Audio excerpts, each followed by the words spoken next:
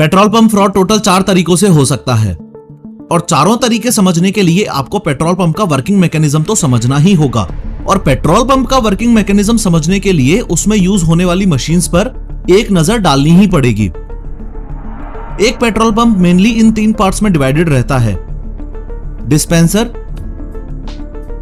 Storage tank और controller boxes. यहां लगी यह डिस्पेंसर मशीन है जो कि इस अंडरग्राउंड फ्यूल स्टोरेज टैंक से पाइपलाइन के थ्रू कनेक्टेड रहती है। इस डिस्पेंसर मशीन का काम कंट्रोलर रूम में लगे इस कंट्रोलर को कमांड देना होता है कि स्टोरेज टैंक में लगे सबमर्सिबल पंप को स्टार्ट करे और ऑयल को पाइपलाइन से डिस्पेंसर मशीन के नोजल तक भेजे। This video is sponsored by master 3D with professor. इस best rated 3D animation training programme के बारे में हम इस वीडियो में आगे बात करेंगे।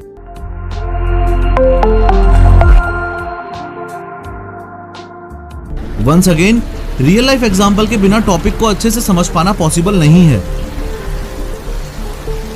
तो मैं मेरी गाड़ी में ऑयल डलवाने के लिए पास के ही पेट्रोल पंप पर गया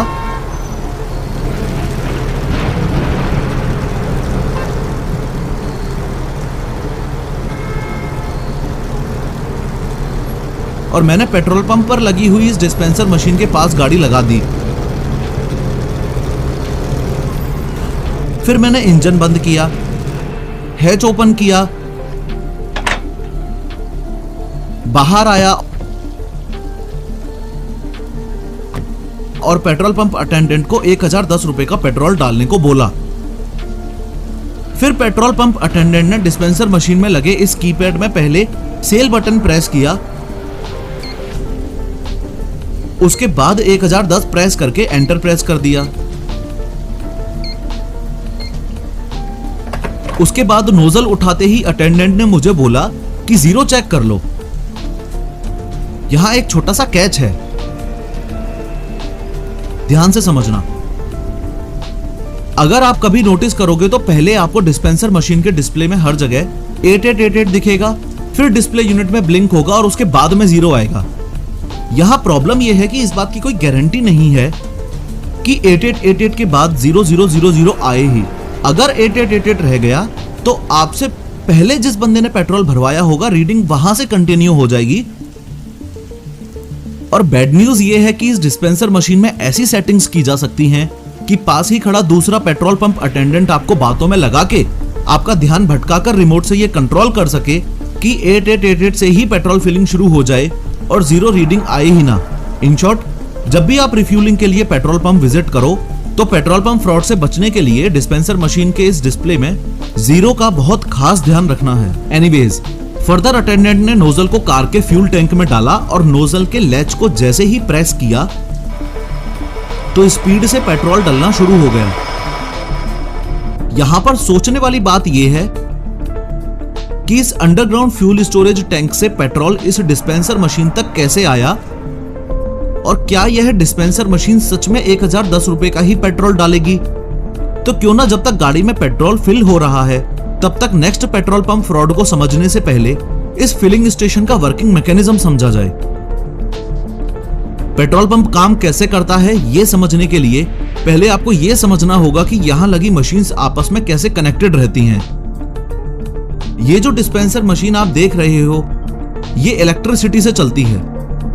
डिस्पेंसर मशीन पास में ही बने इस अंडरग्राउंड फ्यूल स्टोरेज टैंक से पाइपलाइन के थ्रू कनेक्टेड रहती है। इस पाइपलाइन से पेट्रोल स्टोरेज टैंक से मशीन के नोजल तक आता है।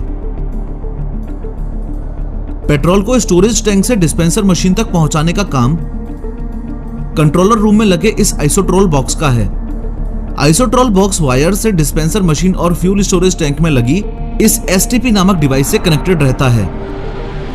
इस आइसोट्रोल बॉक्स का काम डिस्पेंसर मशीन की कमांड को रिसीव करके स्टोरेज टैंक पर लगी STP डिवाइस को कमांड देना होता है। पेट्रोल पंप अटेंडेंट ने जैसे ही कीपैड से एंट्री करने के बाद नोजल को उठाया तो डिस्पेंसर के लोअर कंपार्टमेंट में लगे इस बूट स्विच ने कंट्रोल रूम में लगे इस आइसोट्रोल बॉक्स को सिग्नल भेजा कि डिस्पेंसर मशीन तक ऑयल पहुंचाओ। जैसे ही कंट्रोलर बॉक्स का सिग्नल STP को मिला तो स्टोरेज टैंक में लगी सबमर्सिबल पंप ऑटोमेटिकली चालू हो गई। सबमर्सिबल पंप में लगी प्रोपेलर ने घूमना शुरू किया और ऑयल को टैंक से उठाकर पाइप में ऊपर की ओर प्रेशर से भेजना शुरू कर दिया। यहाँ फ्यूल स्टोरेज टैंक की बात चल ही रही है तो दूसरे टाइप का पेट्रोल पंप फ्रॉड भी आपको समझा ही दूं। इस बात में कोई दो राय नहीं है कि पानी, नेफ्था और व्हाइट केरोसिन जैसे सब्सटेंसेस का यूज करके इस फ्यूल स्टोरेज टैंक में मिलावट बिल्कुल हो सकती है। लेकिन गुड न्यूज ये है कि आपके पास ये राइट है कि आप कभी भी पेट्रोल पंप मैनेजर को अप्रोच करके फिल्टर पेपर टेस्ट और डेंसिटी टेस्ट करवा सकते हो। फिल्टर पेपर टेस्ट और कुछ नहीं, बस फ्यूल की प्योरिटी चेक करने का तरीका है। इस टेस्ट में फिल्टर पेपर पर पेट्रोल की कुछ बूंदें डाली जाती हैं। अगर पेट्रोल में मिलावट है तो ये पेट्रोल फिल्टर पेपर पर इस तरह का दाग बनाता है, और अगर नहीं है तो फिल्टर पेपर पर बिना कोई दाग छोड़े पेट्रोल इवेपोरेट हो जाता है। डेंसिटी टेस्ट में अगेन पेट्रोल की थर्मोमीटर और हाइड्रोमीटर से डेंसिटी चेक की जाती है। प्योर पेट्रोल की डेंसिटी 710 केजी पर मीटर क्यूब से 770 केजी पर मीटर क्यूब तक रहती है। आप जब पेट्रोल रिफिल करवाते हैं तो डिस्पेंसर मशीन के डिस्प्ले सेक्शन में यहां पर भी डेंसिटी लिखी रहती है, कभी नोट करना। फ्यूल स्टोरेज टैंक के मिलावट के कॉन्सेप्ट से संबंधित आपको यह भी पता होना चाहिए कि ये ATG है, यानी कि ऑटोमेटिक टैंक गेज। ये एक मेटल की स्टिक होती है जिस पर ये दो फ्लोट्स होते हैं। इनका काम स्टोरेज टैंक में ऑयल और वाटर लेवल को नापना होता है। अब आप सोच रहे होंगे कि फ्यूल टैंक में वाटर का क्या काम, तो मैं बताता चलूं कि बारिश के टाइम स्टोरेज टैंक में अगर इस डिस्चार्ज पाइप की कैप लूज है तो पानी स्टोरेज टैंक में आ सकता है। ये जो ATG देख रहे हो, मेजरमेंट्स के लिए इस ATG की जगह पहले गेज स्टिक यूज होती थी। गेज स्टिक से सिर्फ मैनुअली मेजरमेंट किया जा सकता था। जब गेज स्टिक यूज हुआ करती थी उस समय गवर्नमेंट को यह पता नहीं चल पाता था कि इस पर्टिकुलर पेट्रोल पंप के स्टोरेज टैंक में सिर्फ प्योर पेट्रोल ही है या किसी प्रकार की मिलावट कर रखी है। लेकिन अब पेट्रोल पंप ओनर मिलावट नहीं कर सकता, क्योंकि यह ATG इस स्टोरेज टैंक में फ्यूल और वाटर लेवल का डेटा पेट्रोलियम कंपनी के सर्वर पर अपडेट करती रहती है। फिर यह पेट्रोल आगे बढ़ता हुआ इस डिस्पेंसर मशीन के बॉटम पार्ट में आ जाएगा। यहां बॉटम पार्ट में यह शीयर वाल्व होता है। फ्यूल यहां से होता हुआ इस फिक्सेबल पाइप में आ जाएगा, फिर आगे इस फिल्टर में जाएगा, फिर आगे इस आयरन पाइप में जाएगा, उसके बाद इस असेंबली में आ जाएगा। तीसरे फ्रॉड की बात करूं तो यह असेंबली एक इंपॉर्टेंट पार्ट है और इसका वर्किंग मैकेनिज्म समझो। याद है मैंने पेट्रोल पंप अटेंडेंट को 1010 रुपए का पेट्रोल डालने को बोला था। उसने जब 1010 कीपैड में एंटर किया तो डिस्पेंसर मशीन में यह असेंबली ही इस बात के लिए रिस्पॉन्सिबल है कि मेरी गाड़ी में 1010 का ही पेट्रोल जाए, न कम न ज्यादा। इन शॉर्ट ये सारी कैलकुलेशन इस असेंबली में ही होती हैं। गुड न्यूज ये है कि ये असेंबली लीगल मेट्रोलॉजी डिपार्टमेंट के द्वारा सील्ड रहती है। लेकिन बैड न्यूज ये है कि अगर किसी पेट्रोल पंप ओनर की लीगल मेट्रोलॉजी डिपार्टमेंट में पहचान है तो वो वहां से एक्सपर्ट इंजीनियर बुला के इस असेंबली के कैलकुलेशन प्रोसेस के साथ छेड़छाड़ करवा सकता है।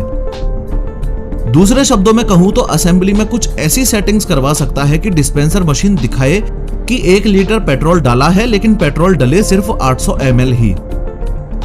इस तीसरे फ्रॉड से बचने का तरीका यह है कि आपको अगर कभी भी ऐसा लगता है कि आपकी गाड़ी में पूरा पेट्रोल नहीं डाला गया है और आपके साथ फ्रॉड हुआ है, तो आपके पास ये राइट है कि आप पेट्रोल पंप मैनेजर से उनके पास रखे 5 लीटर के कैन में सेम नोजल से पेट्रोल फिल करवाकर चेक कर सकते हो कि आपके साथ कोई फ्रॉड तो नहीं हुआ है। एनीवेज, इस असेंबली से आगे बढ़ते हुए ये पेट्रोल सीधा सोलोनॉइड असेंबली में जाएगा।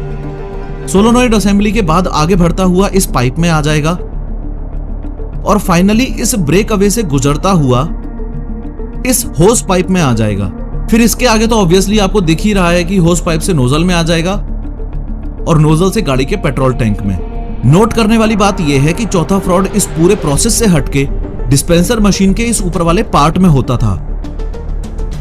आगे बढ़ के हम चौथे फ्रॉड की बात करें उससे पहले क्यों ना उस फ्रॉड की बात की जाए जो Indian animation and VFX industry में सालों से होता आया है। हजारों स्टूडेंट्स मुझे पर्सनल मैसेज करके खुद ये बताते हैं कि कैसे उन्होंने लाखों रुपए 3D एनिमेशन कोर्सेज करने के लिए फलाना ढिमका कोचिंग इंस्टीट्यूट में दिए और एट द एंड कैसे वो वहां से खाली हाथ लौटे। But this needs to be stopped right now. इतनी 3D वीडियोस बनाने के बाद अदर एनिमेशन कोर्सेज के कंपैरिजन में 50 गुना कम एडमिशन फीस में फाइनली मैंने मास्टर 3D विद प्रोफेसर नामक 3D animation training programme launch कर दिया है मास्टर 3D विद प्रोफेसर एक ऐसा 3D कोर्स है जो आपको professor of how YouTube channel जैसी 3D वीडियोस बनाना सिखाता है स्टेप बाय स्टेप। अगर आप भी 3D सीखने में इंटरेस्टेड हैं तो अभी के अभी स्क्रीन पर दिखाए गए व्हाट्सएप नंबर पर मैसेज करके अपना स्लॉट बुक करें। डिस्पेंसर मशीन के ऊपर वाले पार्ट को पहले पेट्रोल पंप मैनेजर खोल सकता था। उसमें डिजिटल मीटर्स को मैनिपुलेट करने के लिए मालिशियस हार्डवेयर्स का इंस्टॉलेशन कर सकता था। फॉर एग्जांपल डिजिटल मीटर में रीडिंग सुपर फास्ट होगी लेकिन गाड़ी में पेट्रोल नॉर्मल स्पीड से ही जाएगा एक्सेट्रा। लेकिन फ्रॉड को रोकने के लिए गवर्नमेंट इंजीनियर्स ने डिस्पेंसर मशीन में कुछ एडवांस्ड हार्डवेयर्स इंस्टॉल किए और अब डिस्पेंसर मशीन के अपर पार्ट को ओपन करने के लिए गवर्नमेंट इंजीनियर के पास ही एक ओटीपी जाता है। इन शॉर्ट ये पेट्रोल पंप ओनर बिना उस ओटीपी के डिस्पेंसर मशीन के अपर पार्ट को ओपन करके अब मैनिपुलेट नहीं कर सकता। इस पूरी कहानी का तात्पर्य यह है कि टोटल 4 तरीके से पेट्रोल पंप फ्रॉड आज तक मेनली होते आए हैं। सबसे पहला ध्यान भटकाने वाला, जो कि आज भी होता है। दूसरा फ्यूल स्टोरेज टैंक में मिलावट, जो कि अभी एटीजी लगने की वजह से मुश्किल है। तीसरा है डिस्पेंसर मशीन में लगी असेंबली से छेड़छाड़ वाला, आज के टाइम ये भी थोड़ा मुश्किल है। और चौथा है डिस्पेंसर के अपर सेक्शन में मैलिशियस हार्डवेयर इंस्टॉलेशन वाला, जो कि ओटीपी प्रोसेस ऐड होने के बाद अगेन थोड़ा सा मुश्किल है। इस सब के अलावा आपने एक बात और नोटिस की होगी कि पेट्रोल पंप अटेंडेंट पेट्रोल भरते वक्त नोजल के लैच को बार बार प्रेस करता है। कुछ लोगों को लगता है कि ये फ्रॉड है, बट टेक्निकली देखा जाए तो ये पेट्रोल के प्रेशर को कंट्रोल करने के लिए किया जाता है ताकि एंटर्ड अमाउंट से ज्यादा फिल ना हो जाए। दूसरे शब्दों में बोलूं तो अगर डिस्पेंसर में लगी इस असेंबली के साथ छेड़छाड़ नहीं की गई है तो नोजल को प्रेस करने से अमाउंट ऑफ फ्यूल एंटर्ड में कोई भी फर्क नहीं पड़ेगा।